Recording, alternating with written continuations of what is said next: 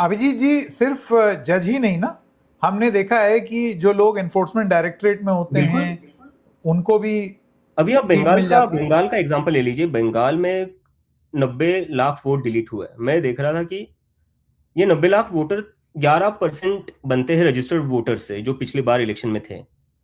और इलेक्शन और winning margin जो टीएमसी और बीजेपी के बीच में जो लास्ट इलेक्शन में था वो 10% का था। जब 10% मार्जिन होता है, उसमें से आप 11% डिलीट करते हो, तो आपने नतीजा तो पहले ही फिक्स कर लिया। और चलो मैं एक टाइम के लिए मैं मान भी लेता हूं कि वोट डिलीशन का और बीजेपी का कोई लेना देना नहीं है। ईसी बहुत ही इंडिपेंडेंट बॉडी है, वो अपनी तरफ से कर रही है और वो सब कुछ सही तरीके से कर रही है, ये मैं मान लेता हूं। लेकिन एक मैं पैटर्न देख रहा हूं फिर। बंगाल में वोट डिलीट होते हैं, ममता बनर्जी हार जाती है। तमिलनाडु में वोट डिलीट होते हैं, एमके स्टालिन हार जाते हैं। दिल्ली में वोट डिलीट होते हैं, अरविंद केजरीवाल हार जाते हैं।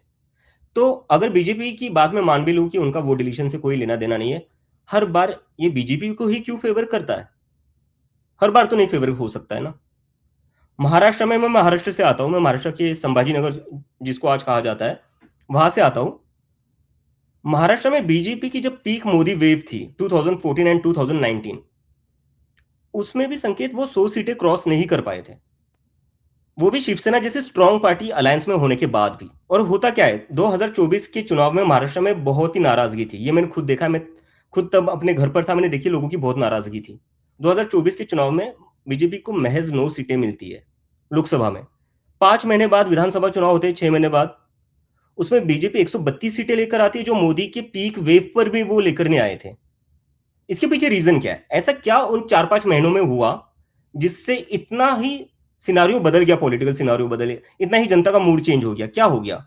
वही नेता थे, वही पार्टी थी, कोई नया मुद्दा था नहीं। तो what is the logical explanation to this? इसका कोई लॉजिकल एक्सप्लेनेशन है तो डेफिनेटली मैं सुनना चाहूंगा।